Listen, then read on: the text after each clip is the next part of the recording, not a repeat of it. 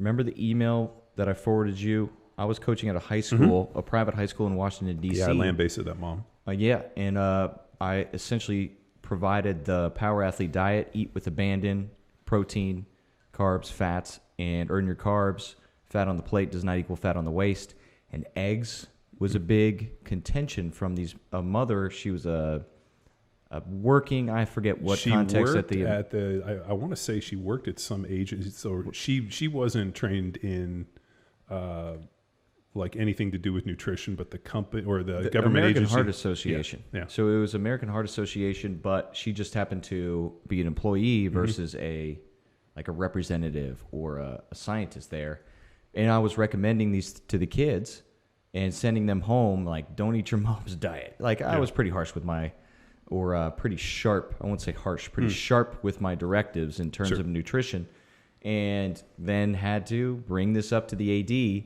And then reference Lalonde, Incledon, and the resources. So brought you in for that. That was an interesting experience. Yeah. I mean, if the American Heart Association was prescribing something that was actually working, it wouldn't be one of the major, top 3 killers of people in this country.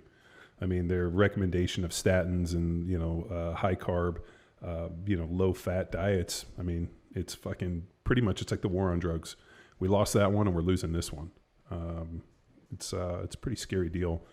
I mean, especially if you if you just look at like the American Diabetes Association's recommendations for type 1 and type 2 diabetics, you can even get a bigger glimpse into how far off this stuff is.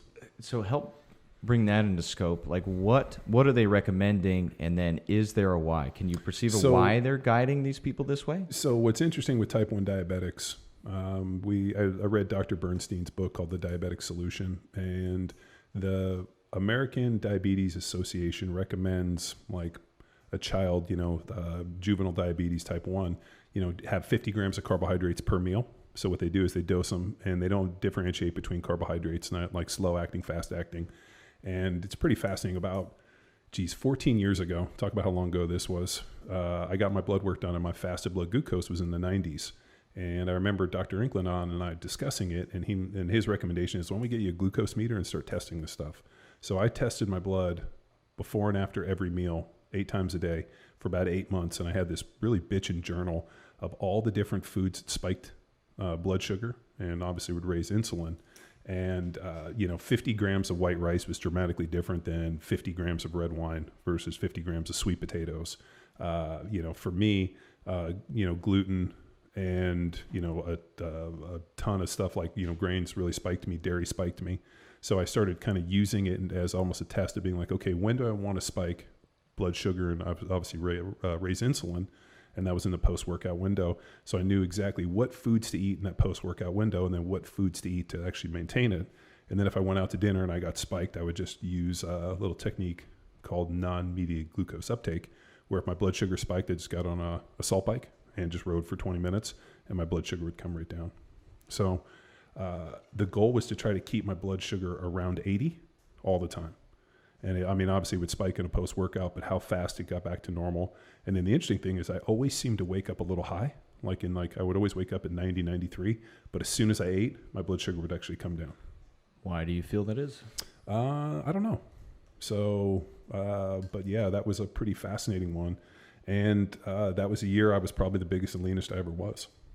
So the interesting thing is when I could keep my blood sugar pretty consistently under 80, I didn't seem to ever put on an ounce of fat.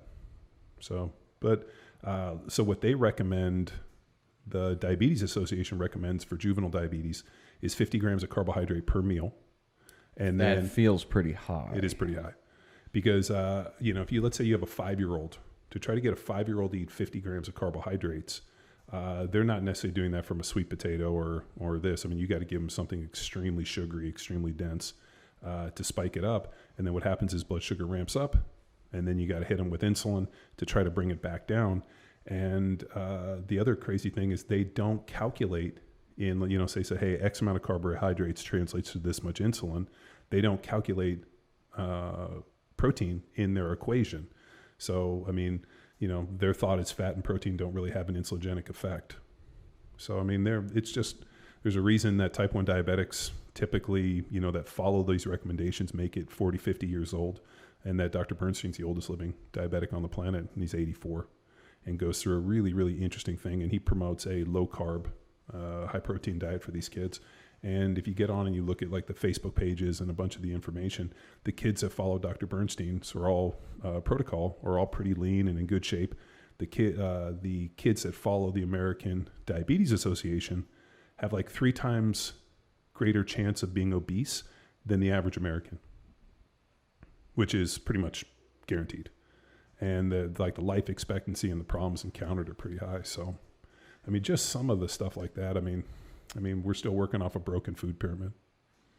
And the recommendations, like we saw that mom who came at you and, eventually came at me with pretty vicious, to the point where like, hey, if you're going to come at me and be that fucking rude, I'm going to come at you, But if you come and you want to have an interesting, adult conversation, but as we found so many times with nutrition, it's like religion. Oh yeah. I mean, food is a religion to people. I mean, look at the paleo zealots. I mean, I remember the first time Rob Wolf and I discussed the paleo diet. It made a ton of sense. And then the problem is all the fucking paleo zealots jumped on, and it just felt really like strange. And, Matt Long gave a great talk at the Ancestral Health Symposium, which is like, hey, if you want this paleo diet to be taken seriously, you're going to have to like remove a lot of the magic and a lot of the fucking weirdos. And they didn't like that. But I mean, look at the carnivore diet. I mean, look at all these diets, and it's pretty amazing because, but like the vegans are as bad as the carnivore people. So it's, I mean, I'd rather party with the carnivores because at least I know we're going to have a good steaks and barbecues. But like there's a middle road for this stuff, and it's about finding some balance and then pushing yourself out to the rails based upon, what's happening to you. Like, I mean, obviously like the type 1, you follow a Bernstein approach, high protein, low carb, makes a ton of sense. But for the average healthy person, it's probably an isocaloric diet. I always said, dude, if you're so metabolically broken that the only thing you can digest is one food, meat, we have some bigger gut issues. And if you're using that to try to fix some gut issues, or like, like leaky gut, or, a ton of problems within the gut, then you know what? It makes a ton of sense. But taking healthy people and recommending them to only eat meat, I don't think it works. Well, it's a similar fallacy in which, like, hey, John, I'm having this issue. What supplements do you take? Mm-hmm. And then you recommend that. It's like you doing the same thing, recommending that elimination diet just because it worked for you. Well, but elimination diets make sense if you have some testing to back it up. Every time I do my blood or I do my food allergy panels, I'm always like on the high side for dairy. I'm always like on the high side for soy, for gluten.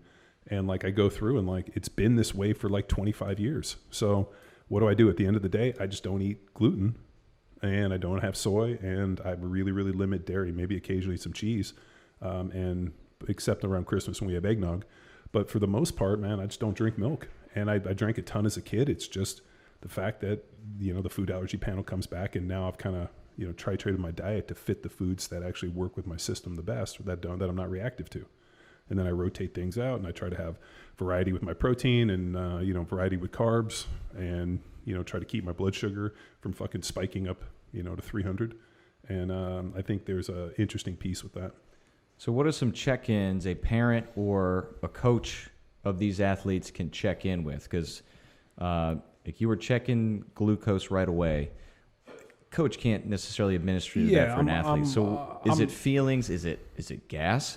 Like, hey, if this is giving you gas, avoid it. Yeah, I mean, that's a telltale one for my kids. Like, if I see them eat and then all of a sudden their guts get really distended and then they go nasty number 2, I'm like, because I always ask them, like, they're like, oh, I went poop. And I'm like, oh, how'd it look? Like, how'd it smell? I always try to hit them with questions. And my son's pretty funny. He's like, smelled bad, looked bad. I'm like, all right, well, I figure we found something you probably shouldn't be eating. And I found kids are pretty sharp. Like, if they eat something and it doesn't agree with them, they won't eat anymore, whereas we'll just keep eating. Yeah.